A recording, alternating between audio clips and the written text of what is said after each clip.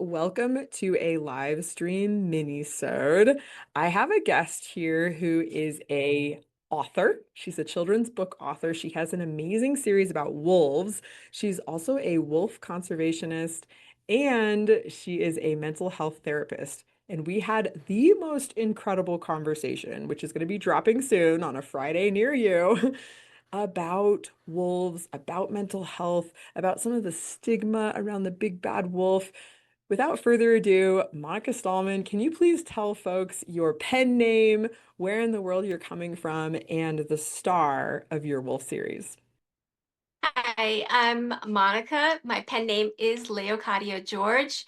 It was just amazing to be able to talk with you. I'm coming from New York area, but Trumpet was really the star of the show. She is critically endangered Mexican gray wolf F1505, and it's just been an honor to highlight the various aspects of her story in a fun and emotional way that young kids can enjoy and just get them involved in the conversation about wolf conservation. And as we discussed, especially for folks in our area, we live right outside of Yellowstone over here. We have a Wolf and Bear Discovery Center. This topic can become kind of polarizing, and we live in a time where lots of topics can become kind of polarizing. You had a great suggestion about how to work through that. Would you please share that with our audience? Yeah, I think the most important way is to be open to dialogue, to be open to hearing other people's side, and to find common ground and just not vilify each other for different opinions. We all want the same thing. We all care about our families. We all care about each other. If we can kind of go back to that and just kind of work together as a team, jot new ideas around, and just be a little bit more open minded, I think we will make a wonderful contribution to our future.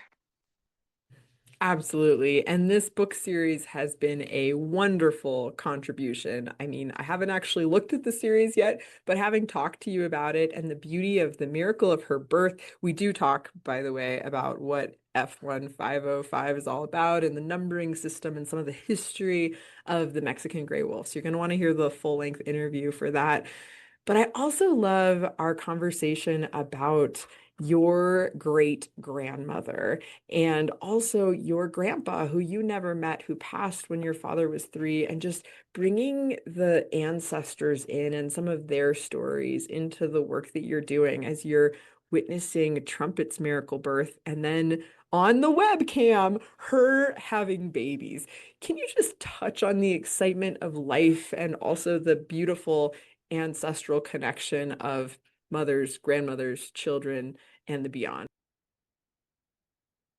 Yeah, like us, wolves are families too. A pack is a family, and they do respect each other, honor each other, sometimes have a little squabble, and we do that too. And it's just been a really amazing experience to be able to highlight a little bit about my family, my relatives that now have sadly passed, but to be able to still talk about them and it's just been actually really good that, my pen name is my family. And my first book series is about wolves, which do, live as pack families.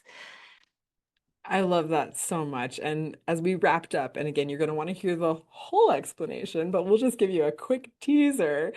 You reminded me that my children, when they heard I was interviewing a wolf expert, started howling right away. We're a howling family. And we touched on why do wolves howl and when. We will talk about the whole full moon question on the full length interview, so you'll want to hear that. But just in a quick nutshell, how we are so similar to wolves in so many ways, like you just mentioned, a family is a pack, etc. Would you say one quick thing, maybe about a howl story or how you include howling in your stories about Trumpet? Yeah, well, I mean, wolves howl to communicate with each other, especially if they're not.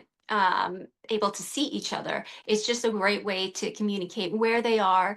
And they also, we've learned they howl in like different dialects. So, you know, obviously a family will be understanding what they're saying. We don't fully understand what they're saying yet, but there are people studying it. So perhaps one day we will learn. But one thing I always recommend is, you know, get a group howl going. It's fun to harmonize and to connect that way. So good. People who are watching this live today, because this episode won't drop for a little while, we're batched out for a while. Can you tell them how to find your books, how to find you, and also the webcam to follow along? Yeah, New York Wolf.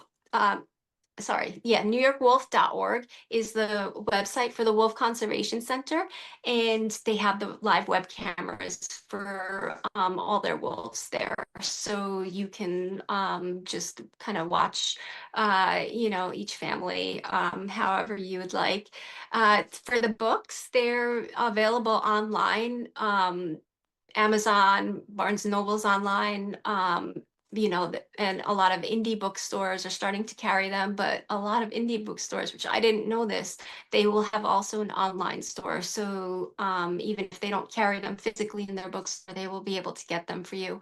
Or at the Wolf Conservation Center, they also have an online store as well as a physical store at their site. So even if you're not in that area, you can still get the books from them if you would like to do that, or your library. More and more libraries are starting to carry the books. So if your library doesn't have the books, ask them to get them, and that way that can be shared amongst many families. Thank you so much. As we wrap up, shall we share a howl? I feel like it's a good way to end. Sure. For everybody, are you ready, guys? Should we do it on the count of three? Yeah. One, two, three. Ow!